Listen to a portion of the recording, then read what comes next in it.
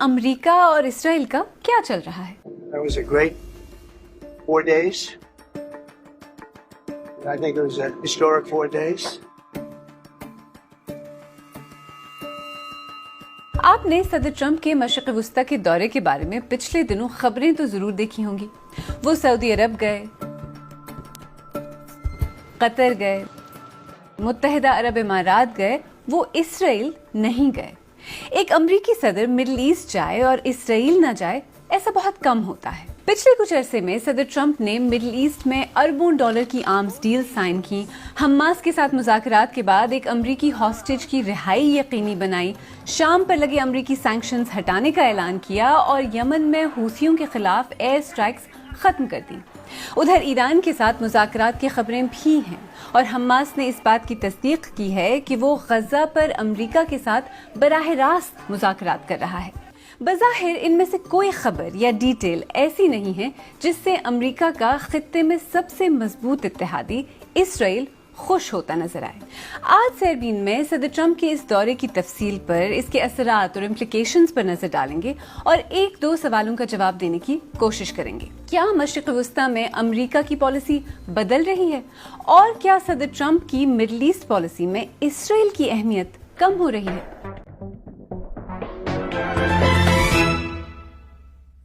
صدر ٹرمپ کا یہ دورہ ایک ایسے وقت میں ہوا جب غزہ میں صورتحال بد سے بدتر ہوتی جا رہی ہے.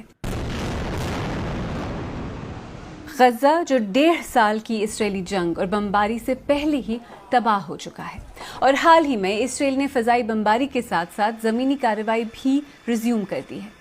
جنگ کے آغاز سے اب تک غزہ میں تقریباً 53,000 افراد ہلاک ہو چکے ہیں. صدر ٹرمپ کے دورے کے دوران ان حملوں میں مزید شدت آئی. کچھ ہی دنوں میں سینکڑوں افراد اسرائیلی حملوں میں ہلاک ہوئے. ایک طرف اسرائیلی بمباری جاری ہے تو دوسری طرف 11 ہفتوں تک امداد کا ایک قطرہ تک غزہ نہیں پہنچا. اس ہفتے اسرائیل نے کچھ امدادی ٹرکس کو غزہ میں داخل ہونے کی اجازت دی ہے، لیکن حالات اس قدر خراب ہیں کہ اقوام متحدہ کے مطابق اگر ضرورت مندوں تک جلد امداد اور خوراک نہ پہنچی تو 14,000 بچے جان سے جا سکتے ہیں. اسرائیل اب بھی یہی کہتا ہے کہ جنگ تب تک جاری رہے گی جب تک حماس تمام یرغمالیوں کو رہا نہ کر دے اور ہتھیار نہ ڈال دے.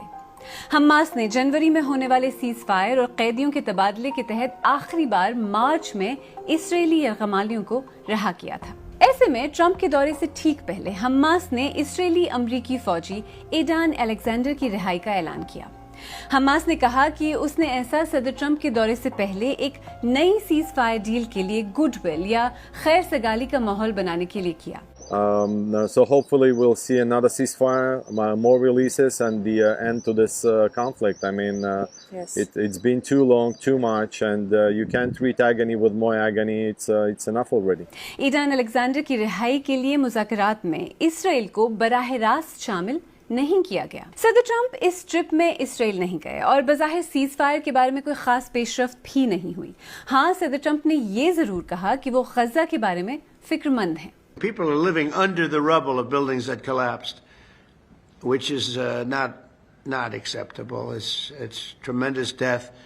تو ایسے میں اس وقت اسرائیل میں صدر ٹرمپ کے اس دورے کے بارے میں کیا کہا جا رہا ہے؟ کیا حکومت کی طرف سے کوئی رد عمل سامنے آیا ہے؟ میں نے یہی سوال یروشلم میں صحافی ہریندر مشرا سے پوچھا. دیکھیں، حکومت کی طرف سے اس کو لے کر کے کسی طرح کی شکایت تو نظر نہیں آ رہی ہے، لیکن یہ جو ہے ایک اسٹریٹجی کا حصہ ہے، ایک حکمت عملی کا حصہ ہے. لیکن صحیح معنی میں دیکھا جائے تو یہاں پر اہلکاروں سے بات کریں، یہاں پر سیاسی تجزیہ نگاروں سے بات کریں، آپ جس سے بھی بات کریں، وہ اس پورے ٹرپ کو لے کر کے مایوس نظر آ رہے ہیں. یہاں پر لوگوں کو ایک طرح کے یہاں پر خدشات دیکھنے کو نظر آ رہے ہیں کہ امریکہ اور اسرائیل کا جو ایک الائنس تھا وہ شاید کمزور پڑتا ہوا نظر آ رہا ہے. ایسا لگ رہا ہے جیسے اس میں کسی طرح کا درار پڑ گیا ہے، اور لوگ یہ مان رہے ہیں کہ جس طرح کے فیصلے بھی ہوئے اور جس طرح کے معاہدے دیکھنے کو ملے اور جس طرح کا ایک اپروچ نظر آیا امریکی ایڈمنسٹریشن کا، صدر ٹرمپ کا، اس سے ایسا محسوس ہوتا ہے کہ صدر ٹرمپ پر جس طرح کی پکڑ تھی اسرائیل کی پہلے، آپ اگر غور کریں تو ان کے پہلے ٹرم کے دوران یہ مانا جاتا تھا کہ اسرائیل جو بھی چاہتا ہے وہ صدر ٹرمپ اسے دینے کو تیار رہتے ہیں. یہاں پر جو کیپٹل ہے اس کو، جیروسلم کو انہوں نے کیپٹل ریکگنائز کر دیا. گولان ہائٹس جو ہے وہ اسرائیل کو دے دیا, اور اس طرح کے کئی اور اہم فیصلے ہوئے جو کہ بڑے ہی حیران کرنے والے تھے, لیکن اسرائیل کے ساتھ امریکہ لگاتار نظر آ رہا تھا. اس بار جو ہے ایسا محسوس ہو رہا ہے کہ شاید اسرائیل جو بھی چاہتا ہے وہ امریکی ایڈمنسٹریشن دینے کو تیار نہیں ہے. امریکی انتظامیہ کا رخ پہلے سے کچھ الگ ہے, اور اس کو لے کر کے یہاں پر ایک کنسرن نظر آ رہا ہے. ایک طرف حماس کے ساتھ مذاکرات تو دوسری طرف یمن میں حوثیوں کے ساتھ سیز فائر, وہ بھی اسرائیلی دارالحکومت تل اویو پر حوثی میزائل حملے کے کچھ ہی دن بعد. امریکہ کا حوثیوں کے ساتھ ڈائریکٹ تصادم کیسے شروع ہوا تھا آپ کو یاد ہے؟ غزہ پر اسرائیلی حملوں اور وہاں ہونے والی ہلاکتوں کے بعد حوثیوں نے ریڈ سی میں اسرائیلی سمندری جہازوں پر حملے شروع کیے. ان حملوں کی وجہ سے اسرائیلی سمندری جہازوں کے لیے سوئز کنال کا استعمال مشکل ہو گیا. اس کے جواب اور اسرائیل کی حمایت میں امریکہ نے حوثیوں پر حملے شروع کیے تھے. اب جو سیز فائر اگریمنٹ ہوا ہے اس کے مطابق امریکہ اور حوثی دونوں ہی ایک دوسرے پر حملے نہیں کریں گے. اس میں اسرائیلی جہازوں پر حملے روکنے کی کوئی بات نہیں کی گئی. اگر یہ معاہدہ واقعی ہولڈ کرتا ہے تو اس کا ایک ڈائریکٹ نتیجہ یہ ہوگا کہ حوثیوں کے خلاف اسرائیل کو اپنا دفاع اکیلے ہی کرنا ہوگا. اور حوثیوں کی بات کریں تو ایران پر حوثیوں کی حمایت کا الزام لگتا رہا ہے. ایران کے ساتھ امریکہ اور اسرائیل دونوں کے ہی تعلقات کشیدہ رہے ہیں. ماضی قریب میں ایران کا جوہری پروگرام اس کشیدگی کی ایک بڑی وجہ رہا ہے. صدر ٹرمپ نے اپنی پہلی ٹرم میں امریکہ کو ایران کے ساتھ کیے گئے ایک انٹرنیشنل نیوکلیئر اگریمنٹ سے نکال دیا تھا. I will sign a presidential memorandum to begin reinstating U.S. nuclear sanctions on the Iranian regime. اور وہ ایران کے خلاف ملٹری ایکشن کی بات بھی کر چکے ہیں. اسرائیلی وزیر اعظم بینیامن نیتن یاہو کئی بار امریکہ سے کہہ چکے ہیں کہ وہ ایران کے خلاف ملٹری کارروائی میں اسرائیل کا ساتھ دے. ایسے میں صدر ٹرمپ کے آنوائے اسٹیو وٹاف کے ایران کے ساتھ مذاکرات, دونوں طرف سے یہ کہا جانا کہ ایک ڈیل ہو سکتی ہے, اسرائیل کے لیے کافی حیران کن ہوگا. اسرائیل ہمیشہ سے ایران کے ساتھ کسی بھی طرح کے امن معاہدے کے خلاف رہا ہے, تو ایسے میں صدر ٹرمپ ایران کے ساتھ مذاکرات سے حاصل کیا کرنا چاہتے ہیں؟ میں نے یہی سوال اسلام آباد میں انسٹیٹیوٹ آف اسٹریٹجک اسٹڈیز کی ارحمہ صدیقہ سے پوچھا. دیکھا جائے تو ٹرمپ ہمیشہ سے ایون بیفور وہ صدر بنے تھے he was a business man, تو ان کی ہمیشہ سے اپروچ جو ہے بزنس فوکسڈ, اکنامک فوکسڈ, کہ وہاں سے ان کو گینز کیا مل سکے. ایران کے ساتھ اسپیسیفکلی سینکشنز کے تھرو ان کا ایک sort of influence, U S influence آ جائے گا. نمبر 2 یہ ہے کہ چائنا کا رول, گریٹر بڑھتا ہوا role in Iran via trade, via energy, وہ رک جائے گا یا کم ہو جائے گا. ٹرمپ کی ہمیشہ جو فوکس ہے that's economic gains, transactional diplomacy جسے کہتے ہیں. اوبیسلی اسرائیل خلاف اس چیز کے, that's a red line for Israel. لیکن ٹرمپ جو ہے ہی obviously will look at his own benefits. تو اس پورے سے یہ اندازہ ہوا ہے کہ یس اسرائیل ابھی بھی امریکن فارن پالیسی کے لیے بہت اہمیت رکھتا ہے, but if it comes at the cost of US economic gains تو ٹرمپ ہمیشہ اسی کو پریفر کرے گا. ایران سے سعودی عرب چلتے ہیں. صدر ٹرمپ پہلی بار صدر بنے تھے تو تب بھی اپنے پہلے غیر ملکی دورے پر سعودی عرب ہی گئے تھے, اور اس بار بھی انہوں نے ایسا ہی کیا. سعودی عرب پہنچ کر انہوں نے کہا کہ امریکہ کے لیے سعودی عرب سے زیادہ مضبوط کوئی پارٹنر نہیں. And if I didn't like him, I'd get out of here so fast. You know that, don't you? He knows me well. I do. I like him a lot. I like him too much. That's why we give so much, you know? Too much. I like you too much. سعودی دارالحکومت ریاض میں تقریر کرتے ہوئے انہوں نے شام پر سے sanctions ہٹانے کا اعلان بھی کیا, اور اس پر پروگرام میں آگے چل کر مزید بات کریں گے. لیکن آئیں پہلے یہ دیکھتے ہیں کہ اس دورے میں کتنی بڑی ڈیلز ہوئیں. وائٹ ہاؤس کی ویب سائٹ کے مطابق اس ٹرپ میں خلیجی ممالک کے ساتھ کیے گئے معاہدوں کی مالیت $2 ٹریلین ہے. انویسٹمنٹس اور ڈیلز کے علاوہ بھی یہ ایک اہم دورہ تھا. صدر ٹرمپ نے ایک ایسے مشرق وسطیٰ کی بات کی جہاں رشتے ٹریڈ یعنی تجارت پر مبنی ہوں, جنگ پر نہیں. انہوں نے کیوس کی جگہ کامرس کی بات کی. ٹرمپ نے یہ بھی کہا کہ وہ چاہتے ہیں کہ سعودی عرب ایبراہم اکارڈز میں شامل ہو جائے. ایبراہم اکارڈز وہ معاہدے ہیں جن کے تحت صدر ٹرمپ کی پہلی ٹرم میں اسرائیل کے بعض خلیجی ممالک کے ساتھ پہلی بار سفارتی تعلقات قائم ہوئے تھے. مگر ان کے دوست شہزادہ محمد بن سلمان نے واضح کیا کہ دوستی کی بھی حدود ہوتی ہیں اور ایسا تب تک نہیں ہوگا جب تک غزہ میں مستقل جنگ بندی نہیں ہو جاتی اور فلسطینی ریاست کے قیام کا راستہ واضح نہیں ہو جاتا۔ تو صدر ٹرمپ کا سعودی عرب اور دیگر خلیجی ممالک کا دورہ صرف ایک انویسٹمنٹ کی غرض سے کیا گیا دورہ تھا یا اس کا مقصد اس کے علاوہ اور بھی کچھ تھا؟ اس مہینے کے سٹارٹ میں بھی ہم نے دیکھا ہے کہ یو ایس چائنا کے بیچ میں اگین ٹریڈ وار جو ہے وہ بڑھ گئی ہے۔ سو چائنا کا role in the Gulf countries specially artificial intelligence, health wise, economics, trade وہ بڑھتا جا رہا ہے پچھلے 10 سال سے، specially belt and road initiative کے ویو سے اگر دیکھیں تو اگین ٹرمپ چاہے گا کہ China and even to an extend Russian influence in the Gulf countries, in the Middle East, وہ counter ہو جائے. Then of course Trump کا as a businessman اس کا مائنڈ سیٹ ہے economic gains for the American economy. متحدہ عرب امارات، بحرین اور اسرائیل نے 15 ستمبر 2020 کو امریکہ کے دارالحکومت واشنگٹن میں امریکی صدر ڈونلڈ ٹرمپ کی موجودگی میں معمول کے تعلقات قائم کرنے کے معاہدوں پر دستخط کیے تھے جن کو ایبراہم اکارڈز کا نام دیا گیا۔ تو ایبراہم اکارڈز اسرائیل کے لیے اہم کیوں ہیں؟ پہلی بات تو یہ کہ اسرائیل خطے میں موجود دیگر ممالک کے ساتھ کسی حد تک تجارتی اور سفارتی تعلقات قائم کرنا چاہتا ہے۔ پھر اسرائیل ایران کو اپنا سب سے بڑا دشمن تصور کرتا ہے اور وہ چاہتا ہے کہ وہ ایران کے خلاف ایک مضبوط اتحاد قائم کرے۔ ٹرمپ کی پہلی ٹرم کے دوران ان کی ایران پر میکسیمم پریشر ڈالنے کی پالیسی کے لیے یہ اہم تھا کہ عرب ممالک اسرائیل کو تسلیم کریں اور سفارتی تعلقات قائم کریں۔ اس ڈیل کو ایک آزاد فلسطینی ریاست کے تصور کی شکست اور ایران کے لیے ایک درد سر قرار دیا گیا تھا۔ ایسے میں اس بار سعودی عرب کے جواب کا کیا مطلب ہے؟ اس کا ایون دو سعودی عربیہ 2016 سے اسرائیل کی نارملائزیشن کی طرف اٹ ہیز بن ورکنگ، اور جب یو اے ای نے ابراہیم اکارڈ سائن کیے تھے 2018 میں ٹرمپ کی پریزیڈنسی میں، تو سعودی عرب کا تھا کہ ہم نے بھی سائن کرنا۔ وہ تو اکتوبر 23 کے ایونٹس ہو گئے، سو وہ کر نہیں سکے سائن اس وقت، ورنہ دے ور ویری کلوز۔ لیکن obviously Saudi Arabia and as well as جتنے بھی عرب ممالک ہیں، جتنے بھی دنیا کے ممالک، اب تو میں مسلمان بھی نہیں کہہ سکتی، ان کا یہ کہ ڈومیسٹک آڈینس جو ہے وہ کہہ رہی کہ جنگ بندی ہو، جنگ ختم ہو جائے۔ تو سعودی عرب obviously like all the countries انہوں نے اپنی پاپولیشن کو بھی پیسیفائی کرنا ہے، تو ان کی statement is reflection of the population at a wider scale and that translates into جو ان کی لیڈرشپ کا پرسپیکٹو ہے۔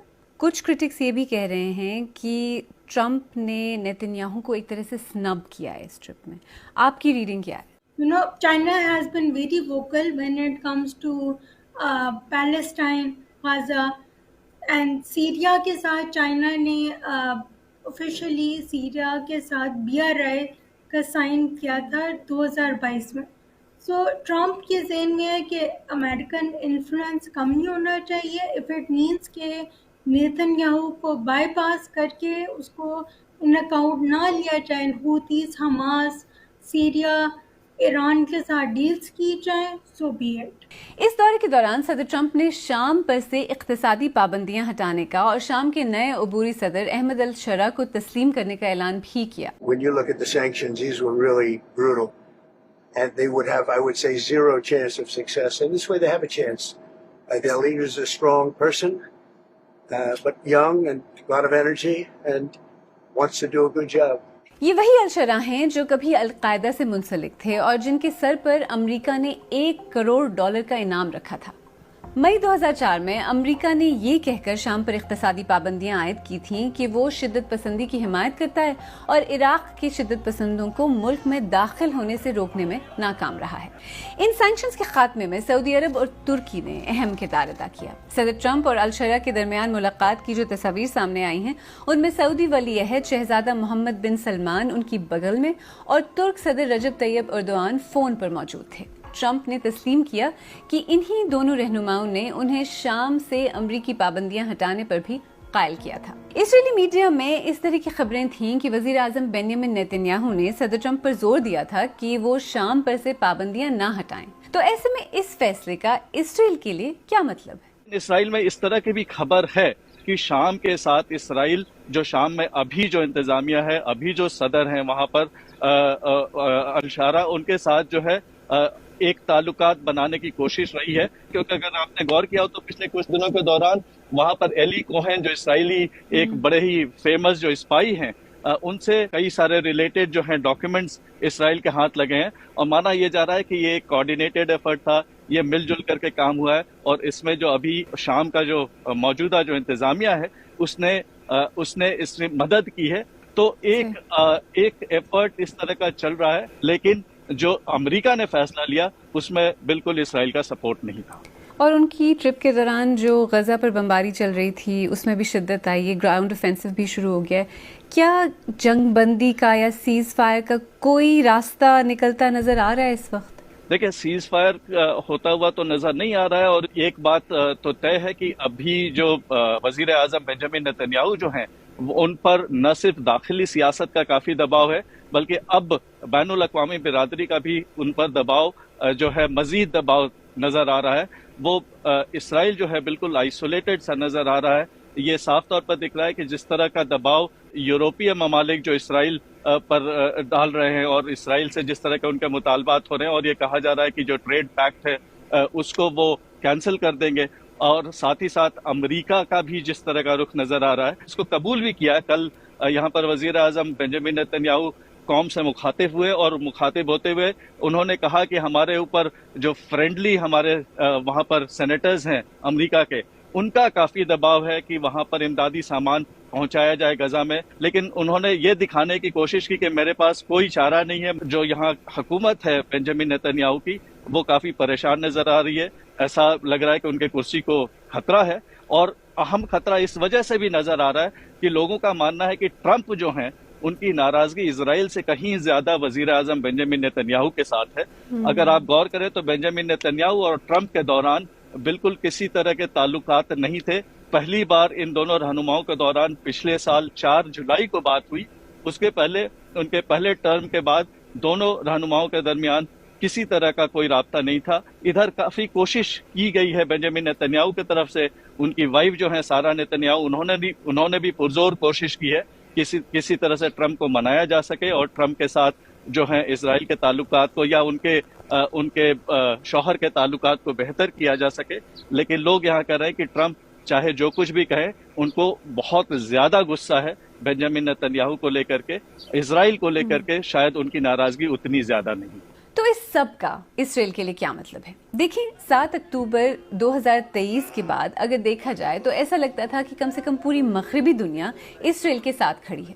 غزہ میں اسرائیلی کارروائی میں ہزاروں ہلاکتوں، شدید مالی نقصان اور تباہی کے باوجود مغربی دنیا کے بڑے ممالک اسرائیل کی حمایت کرتے رہے. لیکن 1.5 سال بعد اسرائیل کی غزہ پر جنگ اب بھی جاری ہے. پچھلے کچھ عرصے میں ایسا لگتا ہے کہ اب مغربی ممالک بھی اسرائیل پر کسی حد تک دباؤ ڈال رہے ہیں. I'm announcing that we have suspended negotiations with this Israeli government on a new free trade agreement. تو ایسے میں کیا مشرق وسطیٰ میں امریکی پالیسی میں بھی اسرائیل کی اہمیت کم ہو رہی ہے؟ کیا امریکہ خود کو اسرائیل سے ڈسٹنس کر رہا ہے یا یہ صرف ایک وقتی بات؟ اسرائیل سیکیورٹی ہمیشہ سے امریکہ کی فارن پالیسی کا سینٹرل حصہ ہے، اینڈ ابھی تک in the future, short term future, at least foreseeable future رہے گا اسرائیل. لیکن اسرائیل جو ہم نے ابھی دیکھا ہے recent events, all these events show that that America will look at its own gains. $3.8 billion ابھی تک اسرائیل کو ملٹری ایڈ جاتی ہے US سے، وہ ختم نہیں ہوئی. تو اسرائیل اہمیت رکھتا ہے، but it is not the only priority for the US government right now. دیکھیں، امریکہ اور اسرائیل بہت پرانے اور بہت مضبوط اتحادی ہیں. ان دونوں ممالک کے تعلقات صرف نظریاتی اور سفارتی سطح تک ہی محدود نہیں. ان دونوں ممالک کی اکانومیز کا ایک دوسرے کے ساتھ کافی قریبی تعلق ہے. صدر ٹرمپ کا اب تک کا ریکارڈ دیکھیں تو وہ ایک بہت ہی پرو اسرائیل صدر رہے ہیں. آپ کو ان کی پہلی ٹرم یاد ہے؟ تب انہوں نے یروشلم کو اسرائیل کا دارالحکومت تسلیم کرتے ہوئے امریکی سفارت خانے کو تل اویو سے یروشلم منتقل کر دیا تھا. ایک ایسا متنازع فیصلہ جو ان سے پہلے کسی امریکی صدر نے نہیں کیا تھا. ہو سکتا ہے کہ وقتی طور پر دونوں ممالک کے مفاد بظاہر پرفیکٹلی الائن ہوتے ہوئے نظر نہ آئیں، لیکن یہ کہنا کہ امریکہ کی مڈل ایسٹ پالیسی میں اسرائیل کی اہمیت کم ہو گئی ہے شاید صحیح نہ ہو۔